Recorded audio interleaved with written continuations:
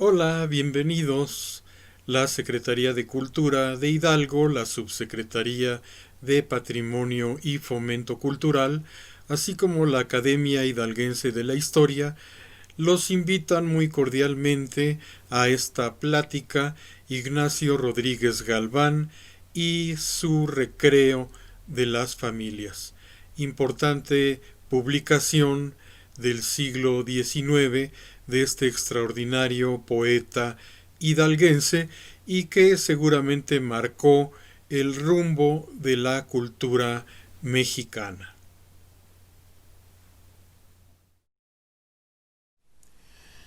Tarea insoslayable ha sido la revalorización en décadas recientes de la obra del poeta Ignacio Rodríguez Galván. Para José Emilio Pacheco fue, cito, el primer escritor mexicano en el sentido de ser el primero que no se formó en las instituciones coloniales. Refutó con su actividad y su obra misma las calumnias arzobispales y expresó el punto de vista del mestizo, el término con que tratamos de sintetizar la diversidad indostana y babélica de las castas. En su acta de nacimiento aparece como español e hijo de españoles. Hasta aquí José Emilio Pacheco. La primera edición de sus obras correspondió a su hermano Antonio y fueron impresas por Manuel N. de la Vega en México en 1851. Se trata de sus poesías, composiciones líricas originales, el tomo 1.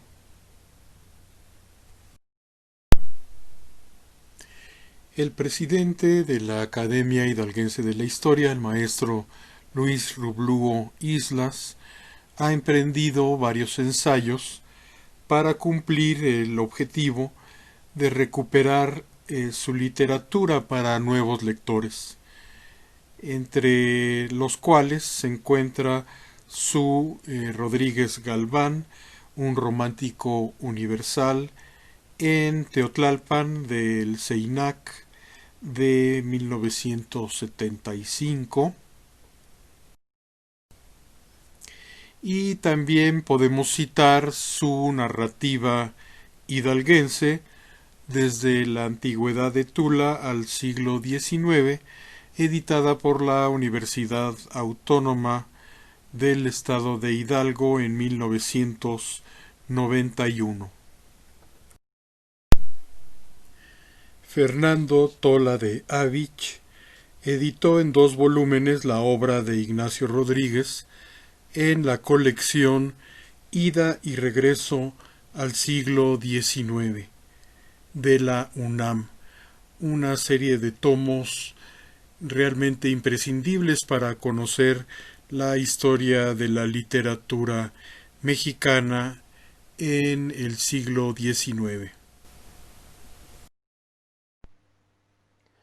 Mi primer acercamiento al trabajo poético de Rodríguez Galván fue su Bailad, Bailad, doloroso retrato de la desigualdad social y que sigue ofreciéndonos una vigencia manifiesta.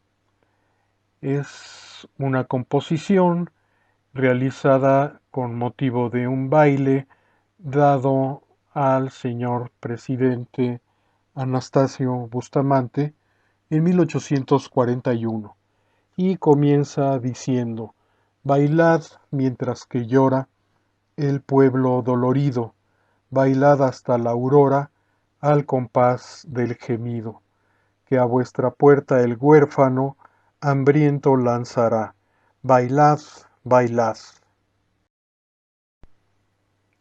De inmediato recordé esta pintura de Ocaranza, su Café de la Concordia de 1871, donde el artista plasma dos mundos sociales diametralmente eh, opuestos, en una síntesis estética admirable, no exenta, por supuesto, de una crítica social. La evocación que hace Antonio Rodríguez Galván de su hermano es precisa, cercana y sugerente. Cito: nacido en el pueblo de Tizayuca el 22 de marzo de 1816, pasó los primeros 11 años de su vida en medio de ocupaciones enteramente extrañas a los libros y a las letras. La guerra de insurrección había arruinado la corta fortuna agrícola de nuestra familia, suceso que indirectamente decidió de las inclinaciones y vocación de mi hermano, pues obligó a mi padre a colocarlo en la librería de nuestro tío materno, don Mariano Galván Rivera, en julio de 1827. Me gustaría hacer aquí un paréntesis para comentar que Mariano Galván, famoso editor del siglo XIX, precisamente por sus calendarios de Galván, sus primeras ediciones del Quijote o el Periquillo Sarmiento, y de los periódicos El Observador y El Indicador, entre otras publicaciones como esta de la Guía de Forasteros de la Ciudad de México para 1842. Todo este bagaje cultural de Galván suscitó en el joven Rodríguez Galván una vocación esencialmente literaria. Una imagen de esta serie de los calendarios de Galván para 1869, marcando todo un hito cultural para la sociedad de aquel entonces.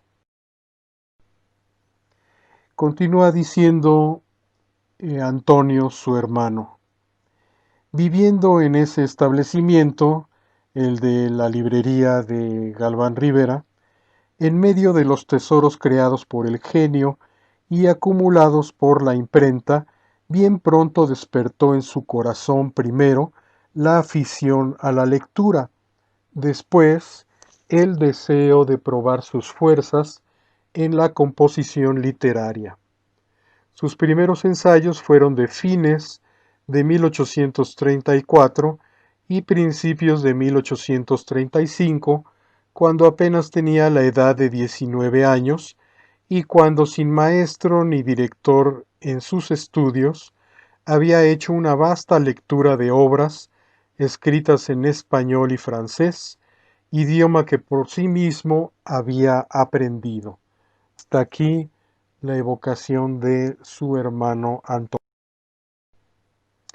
Rodríguez Galván, en su corta pero fructífera vida literaria, abordó la difusión de las ideas románticas en un esfuerzo por impulsar una literatura nacional. Además del Año Nuevo, editó El Recreo de las Familias en México, precisamente en la librería de Galván, en 1838. Fue una revista en 12 entregas, alcanzando 482 páginas. Entre los suscriptores de la revista, radicados en poblaciones ahora hidalguenses, se hallaron José Antonio Soto de Tulancingo, padre de Manuel Fernando Soto; Juan Lezama, quien también recibía la Revista Mexicana, periódico científico y literario de 1835; el cura de Tutotepec, Rafael Rascón, y Francisco Lezama de Zacualtipán, además de otros personajes notables como el mismo Anastasio Bustamante, el general Pedro Terreros y Francisco Olaguibel. En sus primeras páginas es revelado el propósito de la publicación. Cito: en la época presente, un estremecimiento general se nota en toda la República. La curiosidad, el deseo vehemente de adquirir noticias de todo género, se extiende de día en día. No hay hombre, por infeliz que sea, que no tenga su pequeña biblioteca y la lea y la relea, y la devore con ansiedad. México, movido por un poderoso impulso, vuela rápidamente en seguimiento de las naciones civilizadas y con pasos agigantados vemos caminar nuestra regeneración social.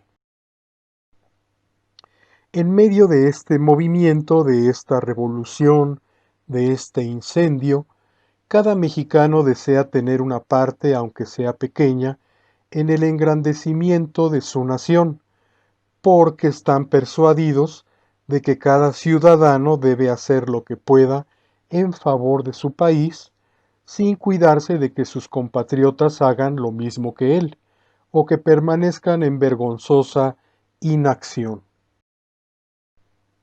Únicamente de esta manera podremos desmentir algún día, llenos de placer y de orgullo, a esas naciones que nos deprimen sin conocernos, que olvidando los días de su infancia, solo se acuerdan de su actual poder y que debían avergonzarse al contemplar lo que fueron en las circunstancias en que nosotros nos hallamos. Hasta aquí la cita.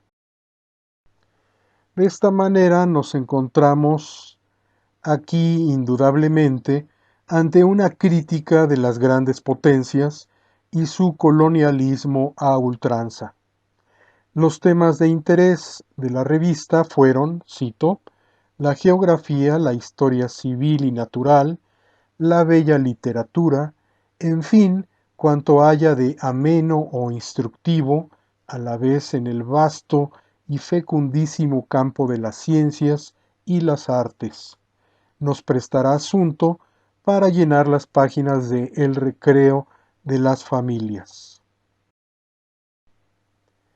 Tal vez una reticencia producto del amargo recuerdo de anteriores frustraciones está detrás del epígrafe a la publicación, tomado de la fábula de La Fontaine, El molinero, su hijo y el burro. Está muy loco quien pretende complacer a todo el mundo. Se trata de una premonición de lo que efectivamente ocurriría sepultando al Recreo. Si se tratara de cumplir como premisa fundamental el agradar a todos los lectores, cito, se compondría el tomo del Recreo de papel blanco, cosa que no nos hubiera costado trabajo publicar. Es recurrente la posición de defensa de los autores españoles y del idioma castellano en la revista, debido a la intrusión de la cultura francesa.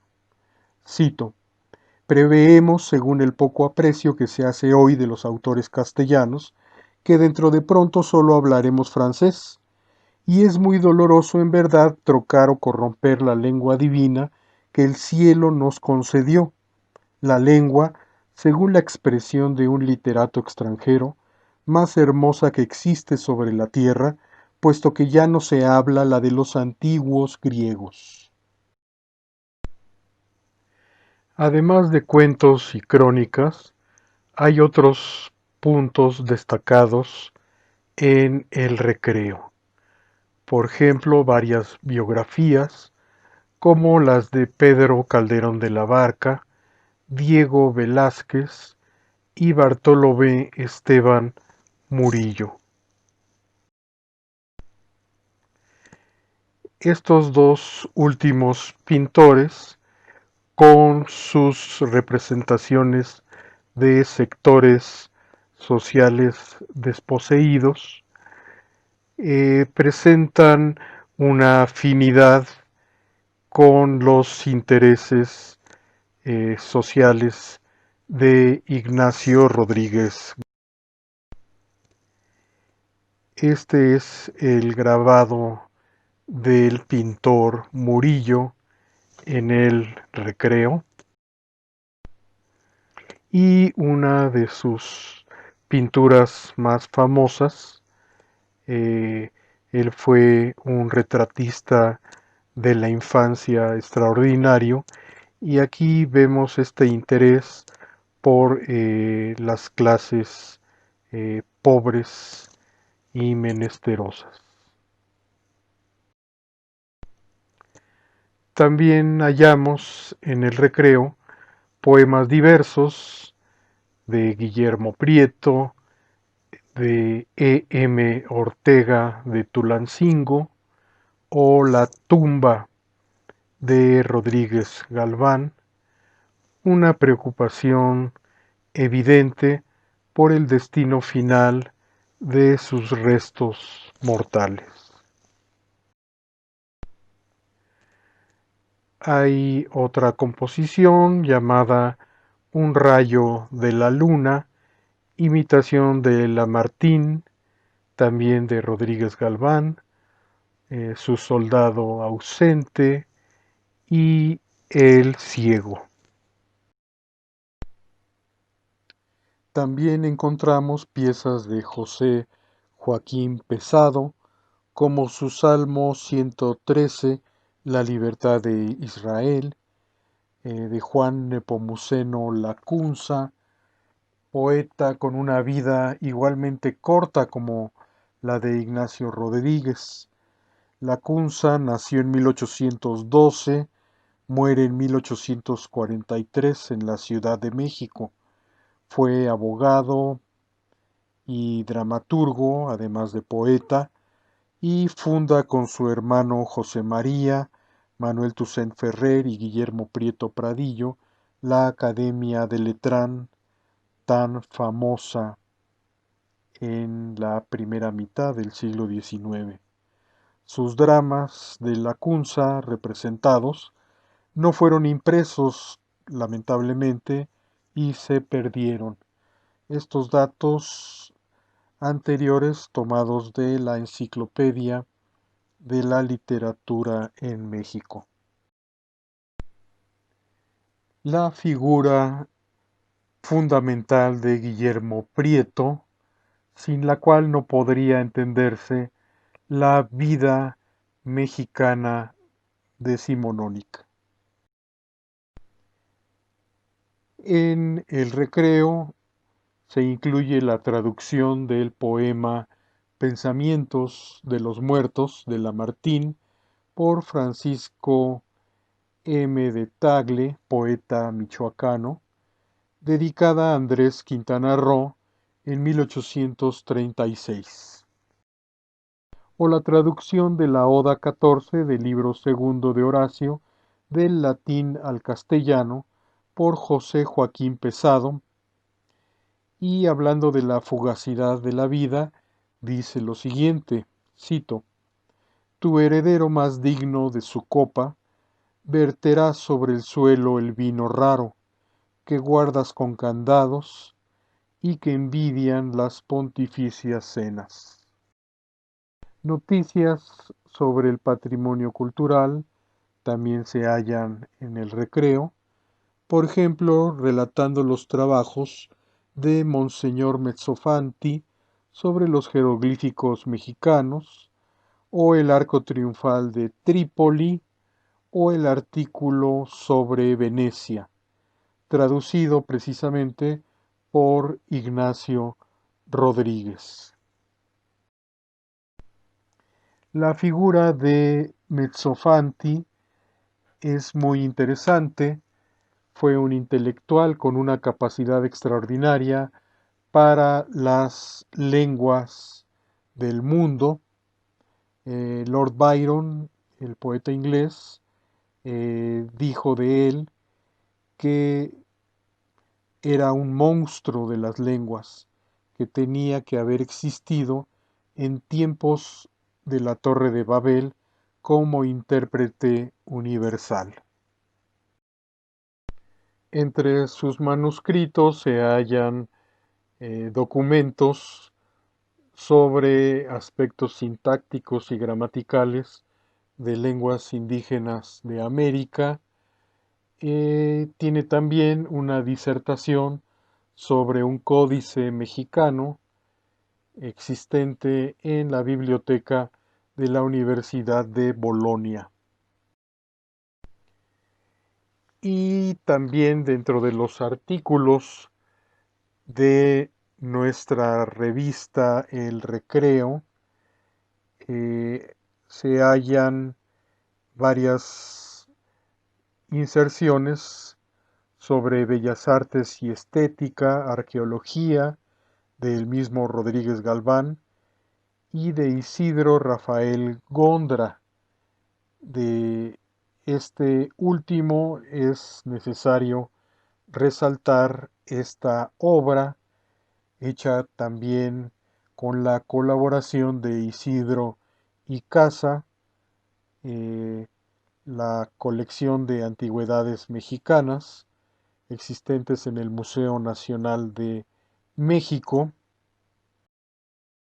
En este libro encontramos varias reflexiones sobre aspectos de la historia mesoamericana y también algunos otros grabados eh, que son autoría de Waldeck, eh, muy interesantes por eh, ofrecernos una visión muy peculiar de estos primeros extrañamientos de las miradas dirigidas hacia las culturas pasadas. Y así concluimos con la primera parte del análisis de la obra de Rodríguez Galván, El Recreo de las Familias, esperando vernos en una segunda entrega.